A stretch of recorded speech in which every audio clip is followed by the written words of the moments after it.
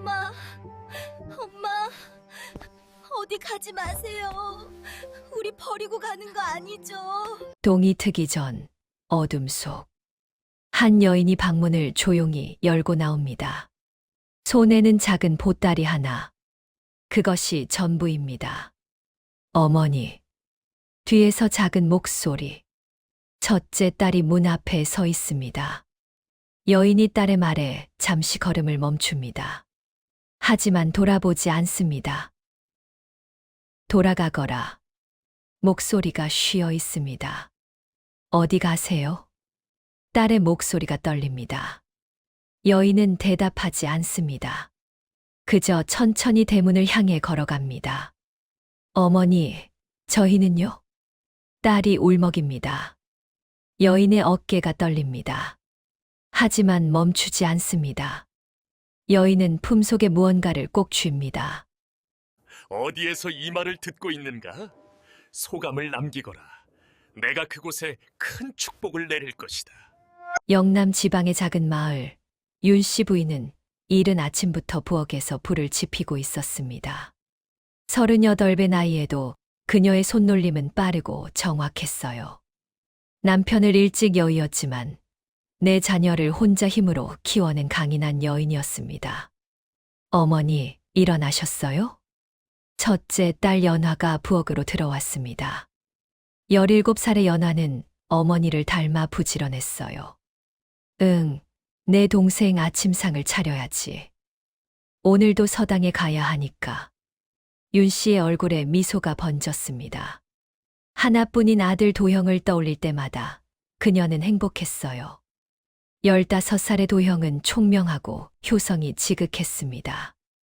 마을 훈장님도 저 아이는 반드시 과거에 급제할 것이라며 칭찬을 아끼지 않았죠.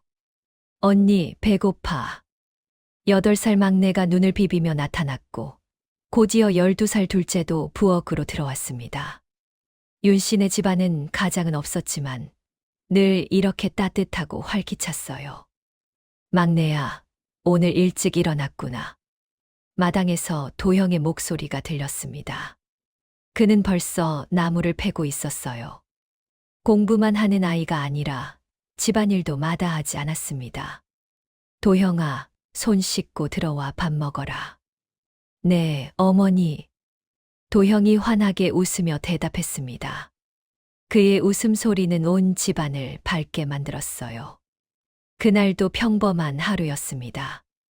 아침을 먹고 도형은 서당으로 갔고 딸들은 각자 할 일을 했으며 윤 씨는 밭일을 돌봤어요.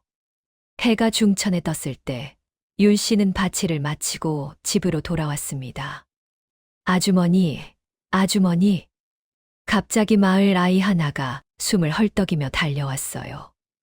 무슨 일이냐? 도형이. 냇가에서. 아이의 얼굴은 새하얗게 질려 있었습니다. 윤 씨의 가슴이 철렁 내려앉았어요. 그녀는 아이의 말이 끝나기도 전에 냇가를 향해 뛰기 시작했습니다. 냇가에 도착했을 때 마을 사람들이 모여 있었어요. 그들 사이로 작은 몸뚱이 하나가 바위에 걸려 있었습니다. 윤 씨는 비틀거리며 다가갔어요. 도형이었습니다. 젖은 옷을 입은 채 창백한 얼굴로 눈을 감고 누워 있었습니다. 도형아. 윤 씨의 목소리가 떨렸습니다. 도형아. 그녀는 아들의 몸을 흔들었지만 도형은 대답하지 않았어요. 차가운 몸, 움직이지 않는 가슴, 감긴 두 눈. 물에 빠진 아이를 구하려다가 옆에 있던 마을 어른이 조심스럽게 말했습니다. 아이는 살았는데 도형이가. 윤 씨는 그 말을 듣지 못했어요. 아니, 듣고 싶지 않았습니다. 그녀는 아들을 끌어안고 울부짖었습니다. 도형아, 깨어나거라. 제발 깨어나거라. 하지만 도형은 영원히 눈을 뜨지 않았습니다. 소식을 들은 세 딸이 달려왔어요. 연화가 동생의 시신을 보고 그 자리에 주저앉았고 둘째와 막내는 소리 내어 울었습니다. 오빠, 오빠. 윤 씨는 사흘 동안 아들의 시신을 놓지 않았습니다. 사람들이 장례를 치러야 한다고 말해도 그녀는 고개를 저었어요. 아니야. 우리 도형이는 자고 있는 거야. 곧 깨어날 거야. 결국 마을 어른들이 강제로 시신을 거두어 장례를 치렀습니다. 도형은 뒷산 선영에 묻혔어요. 윤 씨는 무덤 앞에서 하염없이 울었습니다. 어미가 무능하여 내 목숨을 지키지 못했구나. 어미가 그날 너를 서당에 보내지 말았어야 했는데. 어미가 장례가 끝난 후 윤 씨는 완전히 달라졌습니다. 말을 잃었고 밥을 먹지 않았으며 방 안에만 틀어박혀 지냈어요. 세 딸이 문 밖에서 아무리 불러도 대답이 없었습니다. 어머니, 진지 드세요. 어머니, 저희가 있잖아요. 어머니, 제발. 하지만 윤 씨는 듣지 못했어요. 아니, 듣고 싶지 않았습니다. 그녀는 도형의 옷을 쓰다듬으며 하루 종일 울었어요. 도형이 늘 쓰던 손수건을 손에 쥐고 밤새도록 눈물을 흘렸습니다. 연화는 어머니를 살리기 위해 애썼어요. 어머니가 좋아하시는 음식을 만들고 따뜻한 차를 끓이고 밤마다 문 앞에서 이야기를 들려드렸습니다. 하지만 소용없었어요. 한 달이 지났습니다. 윤 씨는 점점 말라갔고 눈빛은 흐릿해졌으며 살아있는 사람 같지 않았어요. 2달이 지났습니다. 윤 씨는 이제 물조차 제대로 마시지 않았습니다. 3달이 되던 어느 새벽 윤 씨가 방문을 열었어요. 3달 만에 처음이었습니다. 연화는 잠에서 깨어 어머니를 보았어요. 어머니, 어디 가세요? 윤 씨는 대답하지 않았습니다. 그녀는 회색 치마 저고리를 입고 도형의 손수건을 품에 넣고 조용히 집을 나섰어요. 뒷산 암자로 향하는 길. 연화는 뒤따라가려 했지만 윤 씨가 손짓으로 막았습니다. 돌아가거라. 3달 만에 처음 들은 어머니의 목소리였어요. 쉬고 작았지만 단호했습니다. 연화는 그 자리에 서서 어머니의 뒷모습을 바라봤어요. 점점 멀어지는 어머니는 마치 이승의 사람이 아닌 것처럼 아득했습니다. 어머니. 연화의 눈에서 눈물이 흘러내렸습니다. 그날 윤 씨 부인은 결심했어요. 더 이상 이 세상에서 살 수 없다고. 차라리 속세를 떠나 부처님께 귀의하겠다고. 윤 씨가 찾아간 곳은 청년암이라는 작은 암자였습니다. 마을에서 2시간 거리, 뒷산 중턱에 자리한 그곳에는 해원 스님이라는 노승 한 분이 혼자 지키고 계셨어요. 스님. 윤 씨의 목소리는 쉬어 있었습니다. 3달 동안 제대로 말을 하지 않아서였죠. 해원 스님이 고개를 들었습니다. 마당을 쓸고 계시던 스님은 한눈에 윤 씨의 상태를 파악했어요. 죽음의 그림자가 드리워진 얼굴, 텅 빈 눈빛. 무슨 일로 오셨소? 출가하고 싶습니다. 윤 씨의 대답은 단호했습니다. 속세의 모든 인연을 끊고 부처님께 귀의하고 싶습니다. 해원 스님은 한동안 윤 씨를 바라보았어요. 그 눈빛은 깨달음을 향하고 있지 않았습니다. 죽음을 향하고 있었어요. 이것은 진정한 출가가 아니라 도피였습니다. 하지만 스님은 거절하지 않았어요. 그대가 진정 원한다면 이곳에 머무르시오. 다만 부처의 길은 멀고 험하오. 마음의 준비를 하시오. 이미 준비되었습니다. 그날 저녁 윤 씨는 삭발했습니다. 해원 스님이 직접 그녀의 머리를 잘라주셨어요. 검은 머리카락이 바닥에 떨어질 때마다 윤 씨의 눈에서 눈물이 흘렀습니다. 하지만 소리내어 울지는 않았어요. 회색 장삼을 입은 윤 씨에게 스님이 법명을 내려주셨습니다. 정해. 맑은 지혜라는 뜻이요. 정해. 윤 씨가 중얼거렸습니다. 하지만 그녀의 마음은 맑지도 지혜롭지도 않았어요. 그저 텅 비어 있을 뿐이었습니다. 한편 마을에서는 큰 혼란이 일어났습니다. 연화가 동생들을 깨우며 말했어요. 어머니가 출가하셨대. 뭐? 둘째가 믿을 수 없다는 표정으로 물었습니다. 거짓말이지. 어머니가 우리를 버리실 리 없어. 하지만 그것은 사실이었어요. 마을 사람들이 수군거렸습니다. 아들을 잃고 정신이 나간 개로구나. 세 딸을 두고 어찌 그럴 수가 있나? 양반과 과부가 출가라니 채통도 없지. 하지만 정작 가장 힘든 사람은 남겨진 세 딸이었습니다. 연화는 하루아침에 집안의 어른이 되어야 했어요. 17살의 소녀가 감당하기에는 너무 무거운 짐이었습니다. 언니, 어머니는 언제 돌아오세요? 둘째가 물었습니다. 모르겠어. 연화는 솔직하게 대답할 수밖에 없었어요. 언니, 배고파. 막내가 울먹였습니다. 연화는 동생들을 안아주며 말했습니다. 괜찮아. 언니가 있잖아. 언니가 다 해줄게. 하지만 사실 연화 자신도 무너지기 일보 직전이었어요. 이 집안의 기둥이 죽고 어머니마저 떠났습니다. 이제 이 집안에는 세 자매만 남았어요. 첫날 밤 연화는 부엌에서 저녁을 준비했습니다. 하지만 밥을 태웠어요. 평생 어머니가 해주시던 일을 막상 혼자 하려니 손이 떨렸습니다. 언니, 밥이 탔어. 둘째가 말했지만 연화는 어쩔 수 없었어요. 그래도 먹자.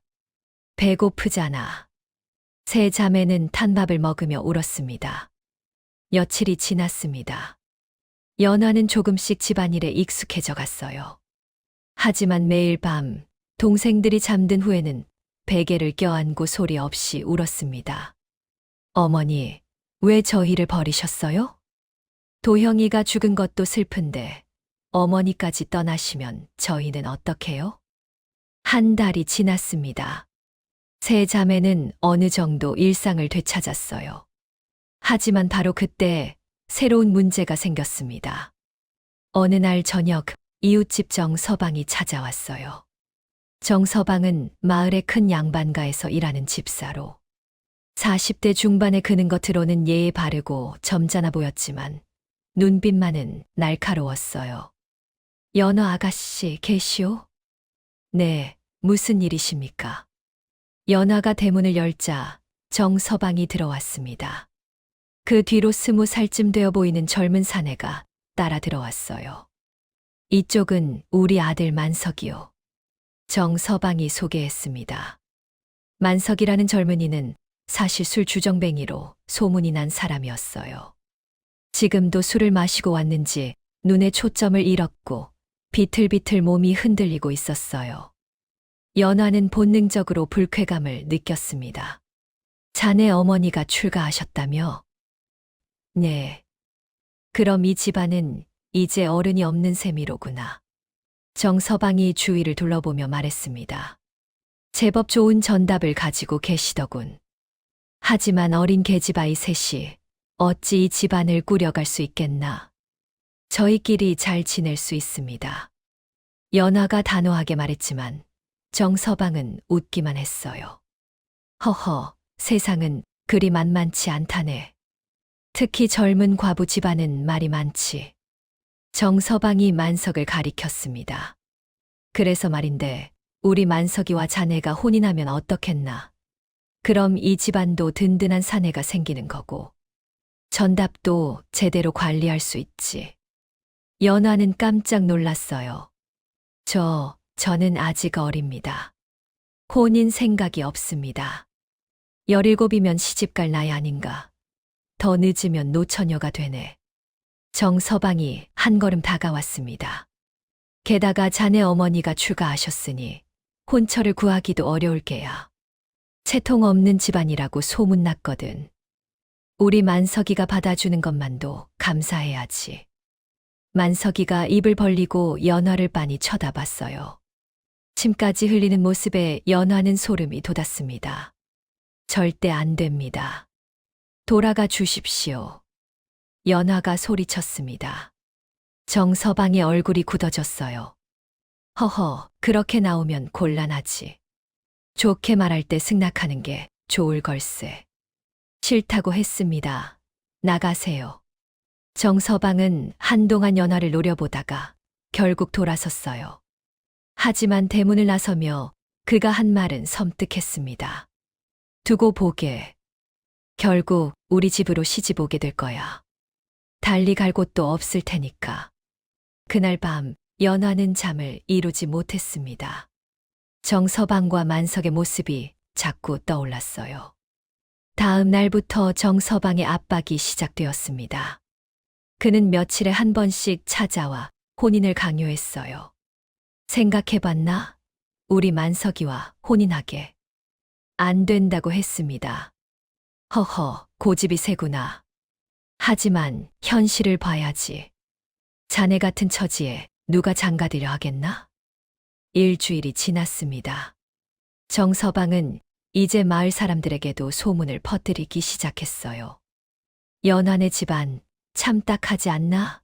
어린 것들만 남았는데. 우리 만석이가 장가들려고 하는데 저 계집애가 거절한다더군. 분수를 모르는 거야. 저런 집안에 누가 장가들려 하겠나? 소문은 삽시간에 퍼졌고 마을 사람들의 시선도 달라졌습니다. 2달이 지나니 정서방의 압박은 점점 노골적이 되었어요. 이제는 연화가 바치를 할 때마다 만석이를 데리고 와서 구경을 시켰습니다. 3달째 되던 날, 연화는 더 이상 견딜 수 없었어요. 그녀는 결심했습니다. 어머니를 찾아가기로.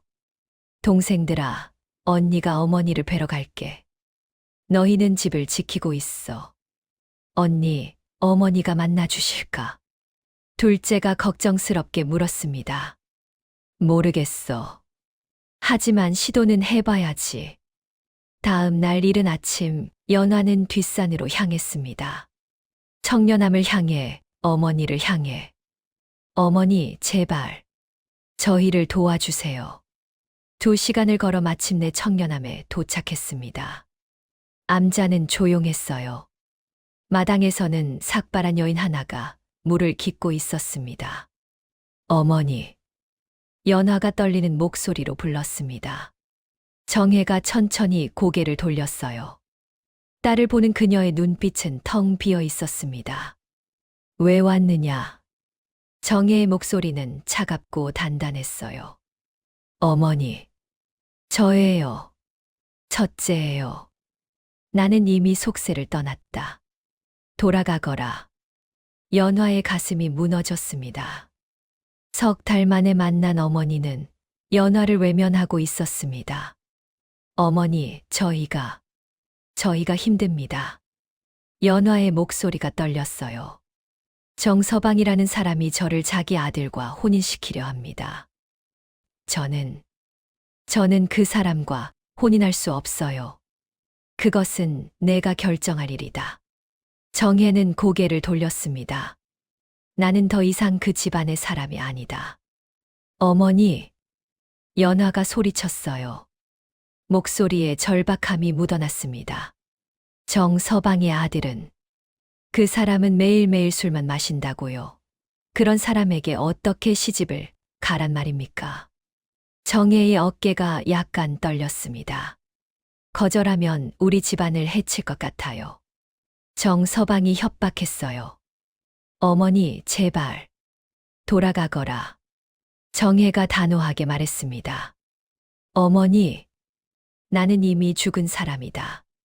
속세의 일에 관여할 수 없다. 정혜는 몸을 돌려 법당 안으로 들어갔습니다. 연화는 그 뒤를 따라갔어요. 어머니, 동생이 죽은 것도 슬픕니다. 정말 슬픕니다. 하지만 어머니까지 저희를 버리시면 저희는 어떻게 삽니까? 정혜는 부처님 앞에 무릎을 꿇었습니다. 연부를 시작했어요. 나무 아미타불, 나무 아미타불. 어머니, 제 말 좀 들어주세요. 연화가 울먹였습니다. 하지만 정혜는 연부를 멈추지 않았어요. 나무 아미타불, 나무 아미타불. 어머니. 연화는 무너져 내렸습니다. 어머니 옆에 주저앉아 소리내어 울었어요. 저희도 슬픕니다. 동생들도 슬픕니다. 하지만 그래도 살아야 하잖아요. 정혜의 연불 소리가 잠시 흔들렸습니다. 어머니는 도영이만 사랑하셨어요? 저희는 아무것도 아니었나요? 정혜의 연불이 멈췄습니다. 하지만 그녀는 여전히 부처님만 바라보고 있었어요. 연화는 한참을 울다가 천천히 일어났습니다.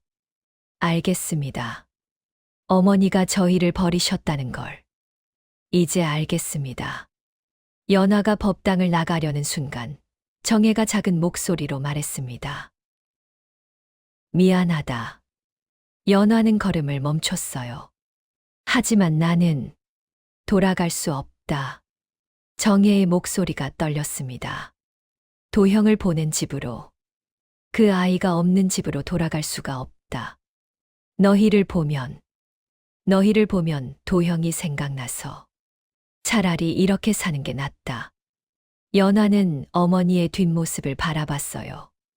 그 떨리는 어깨를, 쥐어짠 주먹을. 어머니, 그럼 우리는요? 연화가 조용히 말했습니다. 저희도 정말 힘들어요. 어머니만 힘든 게 아니에요. 정혜는 대답하지 않았습니다. 연화는 한숨을 내쉬었어요. 그럼 어쩔 수 없죠. 저희는 저희끼리 살아가겠습니다. 연화가 암자를 나서는 순간 혜원 스님이 나타났습니다. 아가씨. 네. 그대 어미는 지금 깊은 슬픔 속에 계시오. 시간이 필요하오. 시간이요? 연화가 쓴 웃음을 지었습니다. 저희에게는 시간이 없습니다. 정서방이 곧 당제로 혼인을 시킬 것 같아요. 혜원 스님은 한동안 연화를 바라보다가 조용히 말했습니다. 그렇다면 그대 스스로 길을 찾아야 하오. 어미에게 기대지 말고. 네. 세상은 가혹하오. 하지만 그대에게도 힘이 있을 것이오. 그 힘을 믿으시오. 연화는 스님의 말을 곱씹었습니다. 혼자서 해결해야 한다는 말씀이구나. 연화는 고개를 숙여 인사하고 산을 내려갔습니다. 어머니는 돌아오지 않을 것이었습니다. 이제 정말로 세 자매만 남은 것이었어요. 연화가 집에 돌아왔을 때 둘째와 막내가 기다리고 있었습니다. 언니, 어머니는? 안 오셔. 연화가 고개를 저었습니다. 어머니는 돌아오지 않으실 거야. 둘째와 막내의 얼굴이 어두워졌어요. 그럼 어떻게? 우리끼리 해결해야지. 연화가 단호하게 말했습니다. 어머니는 안 계셔. 이제 우리 셋뿐이야. 그러니 우리가 해내야 해. 그날 밤 연화는 동생들과 마주 앉았습니다. 정서방 문제를 해결해야 해. 어떻게 해야 할까? 혼인을 거절하면 되잖아. 둘째가 말했지만 연화는 고개를 저었어요. 그렇게 간단하지 않아. 정서방은 마을에서 힘이 센 사람이야. 우리가 계속 거절하면 정말로 해를 끼칠 수도 있어. 그럼 어떻게? 방법을 찾아야 해. 연화는 밤새도록 고민했습니다. 다음 날 아침 연화는 도형의 방으로 갔습니다. 도형의 책상, 도형의 붓, 도형이 쓰던 책들. 그 중에서 연화는 도형의 책을 발견했어요. 도형이가 법률에 대해 공부했었구나. 도형은 과거를 준비하며 조선의 법전에 대해서도 공부했었습니다. 연화는 그 책을 펼쳐 읽기 시작했어요. 혼인은 양가의 합의가 있어야 하며 강제로 이루어져서는 안 된다. 부모가 없는 처자의 경우 본인의 의사가 가장 중요하다. 혼인 정년기라도 본인이 원치 않으면 강요할 수 없다. 연화의 눈이 빛났습니다. 이거야. 연화는 며칠 동안 도영이의 책을 베껴 썼어요. 그리고 혼인에 관한 법률 조항들을 정리했습니다. 일주일 후 정서방이 다시 찾아왔습니다. 연화, 생각 정리는 됐겠지? 네, 됐습니다. 연화가 차분하게 대답했습니다. 좋아. 그럼 혼례 날짜를. 저는 혼인하지 않겠습니다. 정서방의 얼굴이 굳어졌어요. 뭐, 아직도 그런 소리를. 법전에 명시되어 있습니다. 연화가 준비한 문서를 꺼냈습니다. 경국대전 제3장 혼인 조항. 혼인은 양가의 합의로 이루어지며 여자 본인의 의사를 존중해야 한다고 되어 있습니다. 그게 뭐가 어쨌다는 거냐? 저는 혼인을 원하지 않습니다. 제 의사를 존중해야 한다는 법이 있는데 왜 계속 강요하십니까? 정서방은 당황했습니다. 법이고 뭐고 자네 같은 처지에. 제 처지가 어떻습니까? 연화가 되물었습니다. 어머니가 출가하셨어도 저희는 양반가 딸입니다. 그리고 이 집안의 전답도 정당하게 물려받은 것입니다. 하지만 정서방께서 계속 강요하신다면 저는 이 문서를 들고 고을 수령님께 직접 찾아가겠습니다. 연화가 단호하게 말했습니다. 그리고 정서방께서 어린 처자를 협박하고 강제로 혼인시키려 했다는 사실을 알리겠습니다. 과연 수령님께서 어떻게 판단하실까요? 정서방의 얼굴이 창백해졌어요. 사실 그는 법을 어기고 있다는 것을 알고 있었습니다. 다만 연화네가 여자뿐이 없다고 생각했어. 무시했던 것뿐이었어요. 내가 감히가 아닙니다. 당연한 권리입니다. 연화는 더 이상 두려워하지 않았습니다. 그리고 이것 보십시오. 연화가 또 다른 문서를 꺼냈습니다. 마을 이장님과 어른들의 서명입니다. 모두 제가 혼인을 거부했다는 것을 증언해 주시기로 하셨습니다. 정서방은 그 문서를 보고 입을 다물었어요. 마을 어른들의 서명이 빼곡하게 적혀 있었습니다. 네, 저 혼자가 아닙니다. 연화가 말했습니다. 사실 연화는 며칠 동안 마을 어른들을 찾아다니며 설득했어요. 저를 도와주십시오. 증인이 되어 주십시오. 처음에는 모두 거절했지만 연화는 포기하지 않았습니다. 어른들께서 침묵하신다면 다음에는 어른들의 딸들이 똑같은 일을 당할 수도 있습니다. 오늘 저를 지켜주시는 것이 내일 어른들의 가족을 지키는 일입니다. 그 말에 마음이 움직인 어른들이 하나둘씩 서명해 주었습니다. 정서방은 이를 갈았습니다. 좋아. 이번에는 내가 이겼다. 그는 돌아서며 으름장을 놓았어요. 하지만 두고 봐라. 앞으로 이 마을에서 너희가 어떻게 사는지. 그것도 법에 어긋나는 일입니다. 연화가 차분하게 말했습니다. 보복이나 괴롭힘도 처벌 대상입니다. 정서방께서 저희에게 해를 끼치신다면 저는 주저없이 고을 수령님께 호소하겠습니다. 정서방은 더 이상 할 말이 없었어요. 그는 분을 사귀며 돌아갔고 다시는 연화네 집을 찾아오지 않았습니다. 연화는 그 자리에 주저앉아 한숨을 쉬었어요. 휴. 긴장이 풀리자 온몸이 떨렸습니다. 둘째와 막내가 언니를 안아주었어요. 언니 정말 대단해. 어떻게 그런 생각을 했어? 도형이 덕분이야. 연화가 웃으며 말했습니다. 도형이가 남긴 책이 있었어.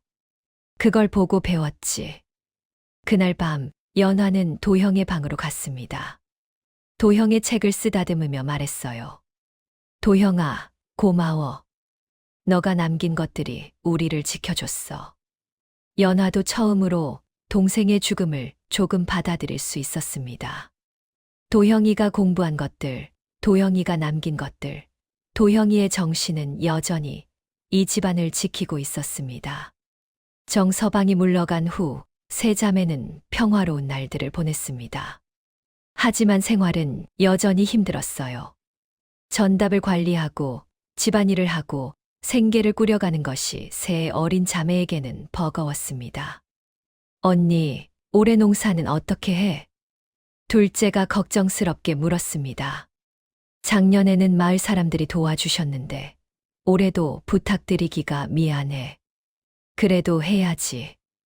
우리끼리는 못하잖아. 연화는 다시 마을 사람들을 찾아갔어요. 죄송합니다. 올해도 조금만 도와주실 수 있을까요? 품삯은 제대로 드리겠습니다. 품삯은 무슨? 연화야, 우리가 돕는 건 당연한 일이네. 자네 동생 도영이만 생각하면 그 아이가 우리 마을에서 얼마나 많은 일을 했는지 자네도 알지. 물에 빠진 아이를 구하려다 죽지 않았나. 마을 어른이 말했습니다. 도영이가 구한 그 아이가 바로 우리 손자야. 우리는 도영이에게 큰 빚을 졌네. 그러니 도영이의 누이들을 돕는 건 당연한 일이지. 왜 마을 사람들이 자신들을 도와주는지 연화는 그제야 알았습니다. 감사합니다. 연화는 눈물을 흘렸습니다. 농사철이 되자 마을 사람들이 함께 모여 연화네 밭을 일구어 주었어요. 이렇게 하면 되네. 물은 이때 돼야 해. 김은 이렇게 매는 거고. 연화와 동생들은 열심히 배웠습니다. 첫 해에는 서툴렀지만 점차 익숙해져 갔어요.